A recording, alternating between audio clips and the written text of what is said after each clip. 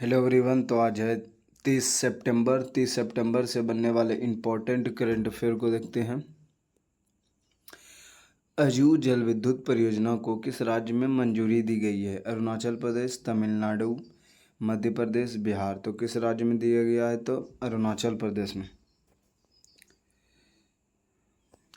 केंद्रीय पर्यावरण मंत्रालय की विशेष मूल्यांकन समिति के अरुणाचल प्रदेश में शुभम श्री नदी पर प्रस्तावित 2220 मेगावाट वजू जल विद्युत परियोजना का पर्यावरणीय मंजूरी दे दी है और यह परियोजना चीन सीमा के निकट स्थित है और शुभम श्री बेसिन में सबसे ऊपरी तथा सबसे बड़ी परियोजना हो गई। बिग बैश लीग में बीबीएल टीम के साथ अनुबंध करने वाला पहले भारतीय पुरुष क्रिकेटर कौन बन गया? Dinesh Karthik, Ravindra Ashwin, Sachin Tendulkar, M S Dhoni. तो कौन बन गए? तो रविंद्र अश्विन बन गए। पूर्व भारतीय स्पिनर रविंद्र अश्विन ऑस्ट्रेलिया के T20 लीग मैच में शामिल होने वाले पहले भारतीय इंटरनेशनल क्रिकेट बन गए हैं। IMP भारतीय खिलाड़ी को स्वदेशी लीग में खेलने की अनुमति नहीं देता है। किस भारतीय को संयुक्त राष्ट्र पर्यावरण कार्यक्रम प्लेनेट के द्वारा 2025 young championship the earth award से सम्मानित किया गया? जिनाली मोदी, आलोक शुक्ला, पूर्णिमा देवी बर्मन, सुहानी शाह। तो किसको? तो सुहानी शाह को। सुहानी शाह ने हो जाएगा इसका आंसर। तो जिनाल मोदी। मुंबई की जिनल मोदी ने अनेप प्लेनेट ए द्वारा यंग अर्थ चैंपियनशिप 2025 का पुरस्कार मिला। उन्होंने यह पुरस्कार कीले कितनों को बनाफी लीटर में बदलने के लिए दिया गया है। यह चमड़े का एक टिकाऊ विकल्प है।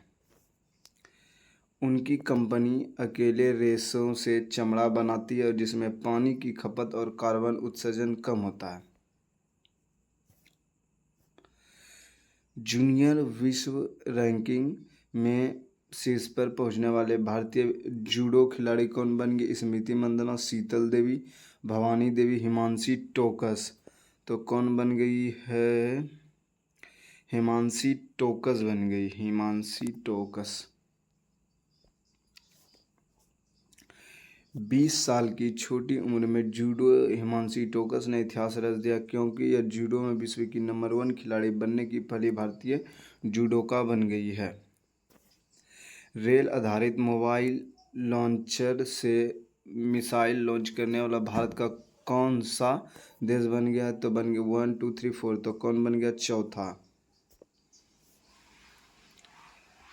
भारत ने रेल पर बने मोबाइल लॉन्चर सिस्टम से जरिए अग्नि प्राइम मिसाइल की टेस्टिंग की। इसके लिए ट्रेन को विशेष रूप से डिजाइन किया गया और यह ट्रेन के देश हर उसे कोने तक जा सकती है रेल लाइन मौजूद है। भारत से पहले यह रूस, चीन और north Korea mobile rail launch से टेस्ट कर चुका है। लिस्ट में अमेरिका का नाम भी शामिल है लेकिन उसे पुष्टि नहीं की है। और यह नागिन प्राइम मिसाइल 2000 किलोमीटर तक की मारक क्षमता के लिए डिजाइन की गई एडवांस फीचर से लैंस है। बिहार में गोकुल जिले से उदयपुर झीलों को रामसर साइट का दर्जा मिलने के बाद रामसर स्थलों की संख्या कितनी हो गई है? 92, 93, 95, 97। तो कितना हो गया? तो 93।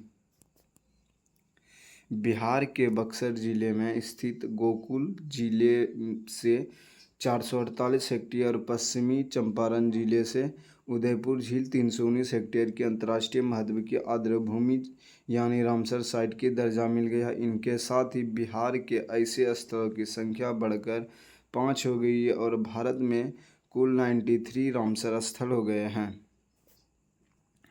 गोकुल जिला से बक्सर जिले में स्थित एक महत्वपूर्ण आधार भूमि जो गंगा नदी की बागों से प्रभावित है। उदयपुर झील पश्चिमी चंपारण जिले में स्थित एक प्राकृतिक ऑक्सबो झील है जो अपने विशिष्ट पारिस्थितिकी के यानी जानी जाती है। किस राज्य में स्थित सेठ मरुस्थल बायोस्फीयर रिजर्व में यूनेस्को के विश्व बायोस्फीयर नेटवर्क में शामिल किया गया? उत्तराखंड, गुजरात, राजस्थान, हिमाचल प्रदेश। तो काम राजस्थान।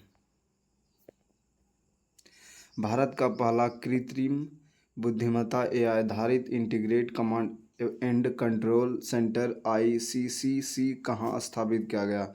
उत्तर प्रदेश, आंध्र प्रदेश, गुजरात, उत्तराखंड। तो कहाँ में? तो आंध्र प्रदेश में। सुपर तूफान रगाजी 2025 का सबसे शक्तिशाली तूफान माना गया, किस श्रेणी के बराबर था? कैटेगरी 3, 4, 5, 6। तो कौन था? तो कैटेगरी 4। विश्व रेलवे दिवस कब मनाया गया है? तो मनाया गया है 28 सितंबर को। एशिया कप 2025 का फाइनल किस देश ने जीता? भारत, पाकिस्तान, श्रीलंका, बांग्लादेश। तो किसने जीता? तो भारत ने। तो उप विजेता पाकिस्तान।